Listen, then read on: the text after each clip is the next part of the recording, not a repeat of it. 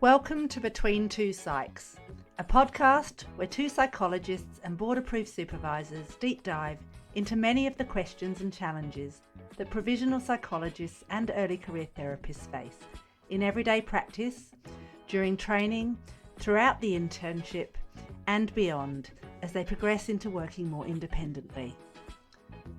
Your hosts Isabelle Tombleson and Claire Trevitt talk about a range of topics specifically relating to psychologists and therapists who are just starting out.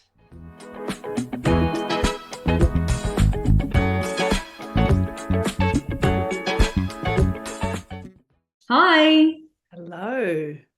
Here we are again. We are indeed. And today we are going to talk about peer consultation and peer supervision, and to really explain what each of those is and also the distinction between those two as well. And then we'll talk about peer consultation and peer supervision when you're training, both as a provisional psychologist or when you're completing a training program like a master's program, when you become fully qualified. And while this may be directed predominantly towards psychologists in Australia, I do believe that much of this will be compatible with other professions, and I'm sure that there's probably some overlap between what's required in other countries as well. Certainly. I know from my experience working in a multidisciplinary team, we are all encouraged to seek supervision. Doesn't matter what training we've received to become clinicians. But yes, because we're both psychologists, we'll be coming at this from a psychology point of view. Let's get into it. So you've already used those terms, consultation and supervision, and sometimes we use those interchangeably, but there is a difference. There is, yes. Supervision is where your supervisor is professionally responsible in some way for the work that you're doing. So they are overseeing the work that you are doing, but also acknowledging that there is that professional responsibility. So in the case of an internship or a master's program, for example, particularly where people don't have the full qualification or the full registration to practice, there is a requirement to practice under supervision, and the supervisor needs to oversee the work that's being done. Yes, so you're talking about in terms from the perspective of psychology and psychologists who are training and being supervised. When you are training, the supervisor needs to be board approved as well in order to be that senior person who oversees and is responsible for what you're doing. Am I right there, Claire? Yes, in the case of a training program, such as a master's program or in an internship pathway, absolutely, the supervisor needs to be board approved because they need to be aware of the requirements and the competencies that the individual needs to be working towards. And so once we are fully registered or qualified, we can then move into what's called a peer consultation arrangement, where the person providing the consultation, or sometimes maybe called the supervisor, is not actually professionally responsible for overseeing the work because the individual is fully registered and is working independently. Therefore accountable for their own professional practice. And so the idea being is that it's more of a consulting role where it's providing support and guidance. I'm so glad we're clarifying this because I'm listening to you speak and I've been fully registered and ClinPsych endorsed for a number of years now. And I thought that we would just use the terms consultation and supervision interchangeably. But the thing that would define whether it was formal supervision would be like whether you were on a training program or a registrar program, or even like situations where I have on many occasions sought out paid supervision as a fully registered and endorsed psych.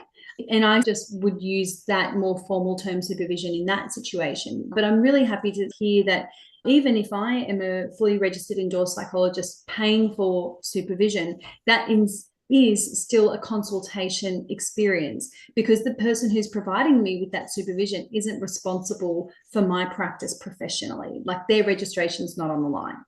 Exactly. The other way in which supervision can maybe apply when somebody is registered is where there are conditions on the registration. For example, if there's been a notification to AHPRA or a complaint has been made and it's been determined that the person requires additional supervision before they can have these conditions, I guess, removed from their registration. So on the AHPRA website, where we can look up Find a Psychologist, you can see where people do have conditions against their registration. And generally it's a temporary thing, and it's really to address specific areas. So that's another area where I guess supervision applies for people who are fully registered. But like yourself, I actually see a supervisor, and I would call it supervision, even though it may be more of a consultation role.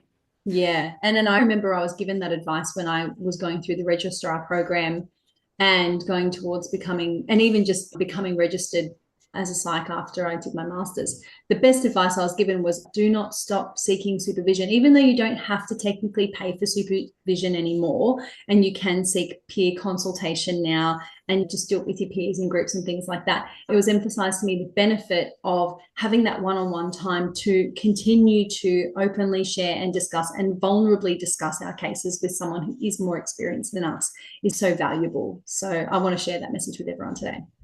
I completely agree with you. I also like to seek out paid supervision, and because that supervision then focuses entirely on my own practice, and I know then I'm meeting those requirements, because once you are fully registered, the requirement for supervision drops considerably, and we're required to complete 10 hours per year of peer consultation. We can call that supervision, and I call that supervision. I say I'm seeing my supervisor, but so sometimes the words can be used interchangeably, but I felt it was really important to highlight the difference, because you can provide supervision, I say in inverted commas, or consultation to registered professionals in a paid capacity, but you don't need to be board approved to be able to do that if the person is fully registered and they don't have conditions on their registration. Yeah.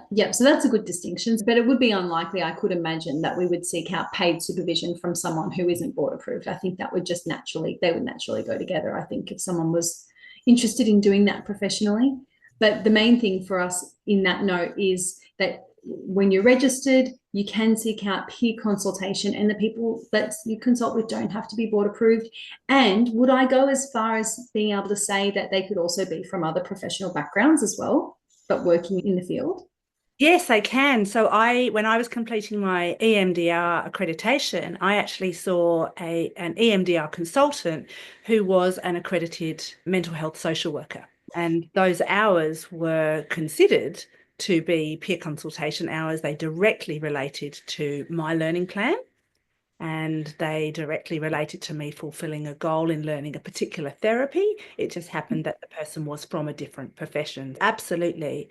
And sometimes we might find, particularly when we are pursuing some kind of accreditation, is that we would pursue supervision or consultation with somebody who was accredited, but they may or may not be board approved, because the board approved supervisors, generally it is geared towards understanding those competencies that are required of provisional psychologists and registered psychologists, so that we have an understanding of that full sort of training pathway and what is needed to develop skills and competency to become fully registered.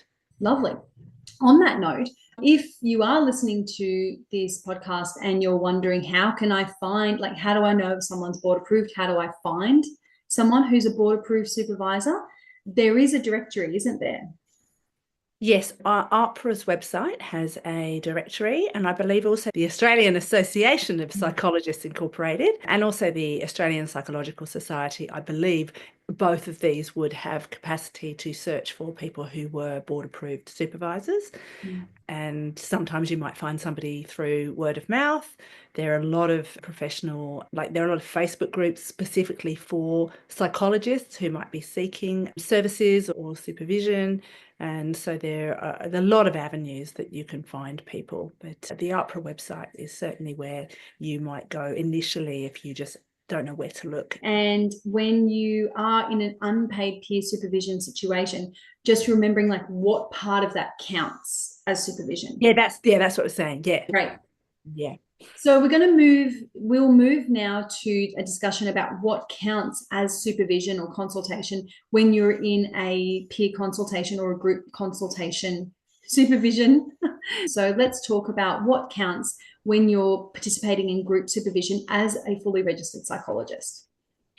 Yes, so as a provisional psychologist, group supervision hours can be counted towards the required hours. So if you attend a 2-hour group, you can count 2 hours of group supervision on your logbook. Once you become registered, if you attend group supervision or a peer consultation arrangement, say with another individual, where two of you are actually working together and sharing, I guess, knowledge and experiences and providing each other with support, you can only count as peer consultation the time that you spend on your practice. For example, if you meet up with another psychologist and you meet for 2 hours, and you spend 1 hour on your practice and 1 hour on the other person's practice, you can each count 1 hour of peer consultation. The other hour would be considered professional development. Lovely. Thank you for helping everyone who's listening to have some understanding of that, because it can be a bit confusing. But yes, it's important not to, like most of us, maybe even attending groups of 3 or more. And so it becomes even the percentage of time that you can count becomes even smaller than if you're meeting for 2 hours, but there's 4 of you sharing and you each take half an hour. So you only get half an hour supervision out of that 2 hours. Exactly. The rest is CPD. Yeah, exactly. So that does begin to reduce the appeal of group supervision because it can be easy to think, oh, I might be running low on hours, I'll attend this group for 2 hours and that'll give me 2 hours of peer consultation. But actually, if there are, as you say, sometimes there are like 5 or 6 people in attendance, then you're breaking down the time. And that's assuming that the time is evenly distributed between people that are attending. Can we talk about that actually just for a moment? So my former wonderful supervisor, I will not name her, but she knows who she is, so gave me some really great advice as well around that. So you've got to have a timekeeper when you are in a peer group consultation situation so that you can have a chance to have some time allocated to you. Someone who's going to structure the discussions, help keep everyone on track. I know from personal experience when you meet up in your peer groups, because sometimes we have also some personal elements to those relationships. We're friends with the people that we want to spend time with, who we work with our colleagues. It can be tempting to fall into the trap of just discussing general personal life things, and that doesn't count as CPD or supervision. So we've got to still be professional in these situations in order for them to fully count. And just being mindful that we then also need to record these conversations, these notes in our supervision CPD log in order to demonstrate how they count towards those hours as well. So if we are just catching up and having a gas bag and not really discussing clinical work, technically that's not supervision or that's not peer consultation. Exactly. These types of unpaid arrangements, while they can be very appealing because, of course, there's a cost saving, sometimes it can also be very difficult to maintain if it's not really structured and laid out, like you say, because it's one thing, it's an easy thing to postpone. And then, of course, it's arranged on a monthly basis, and then you're postponing and postponing. You could get to the point where you've got 2 or 3 months left and you still need to fulfill 6 or 7 hours of peer consultation, which is a lot to make up, but it's also quite a long period of time without that support. And so ideally you would be spacing those 10 hours throughout the year quite consistently. So arranging something once a month. And I will say that this is a minimum. So yes, it's the requirement and we need to be logging those 10 hours, but those 10 hours, that's a minimum. And thinking about where you're at in your journey, and often that's not sufficient for a newly registered professional, because you come out of, particularly if you're coming out of an internship pathway, you're working full time, you're having 2 hours of supervision per week. Or if you're coming out of a master's program, you're probably having a similar amount of supervision placement. Then going from 1 hour per month can be a really big drop. It's a huge drop. And so I do know from my own personal experience, my frequency of paid purposeful individual supervision when I became registered was a lot greater now than what it is now. I'm much more comfortable with around 1 hour. I do get a little bit more because I seek it from different avenues through work and then personally. In the beginning, I had quite a much bigger frequency because of the need for it. We're still so early. We're still learning. Things are still very new to us. We encounter new things all the time in those early years.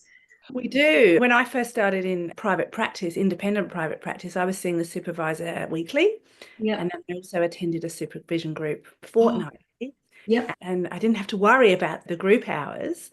I think I just counted that as professional development because I didn't need to count those hours as supervision. But I needed that. I was seeing maybe 18, 20 clients a week. And that 1 hour a week of supervision where I could talk about 2 clients in detail, because of course, once you are fully registered as well, and you don't have all of those tasks and reports to write and logbooks to sign, etc., the time can be really focused on your clients or on particular questions or on particular therapeutic modalities, and it can become really on whatever you want to bring to supervision. And so preparing for that can also be really helpful. I suggest that you prepare for supervision anyway, but to really get the most out of the time, think about what do you want to get from this session, whether you're paying for it or not. What do you actually want to get from the session? And it will set you up to have hopefully a fulfilling and satisfying career. It will hopefully reduce any anxiety or stress because you have that regular contact with someone who is committed to being with you for an hour at that regular time. You've got a chance to share what's going on for you in these very intimate spaces that we share individually with other people. We are on our own a lot when we do our job. So it's super important for preventing burnout, for improving our overall satisfaction with work.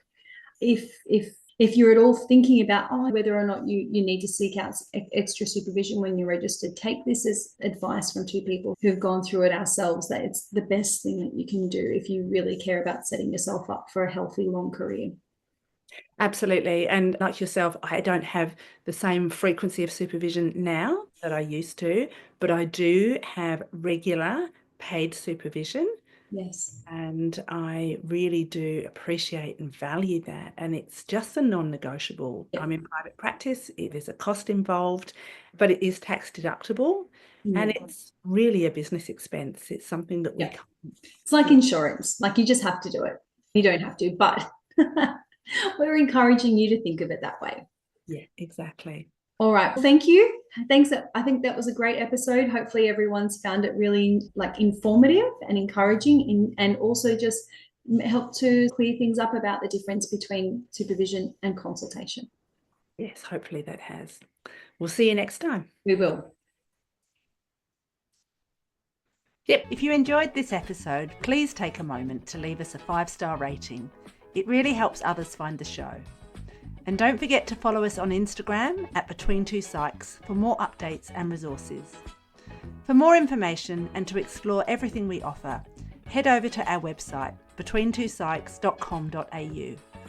We appreciate your support and we'll see you next time.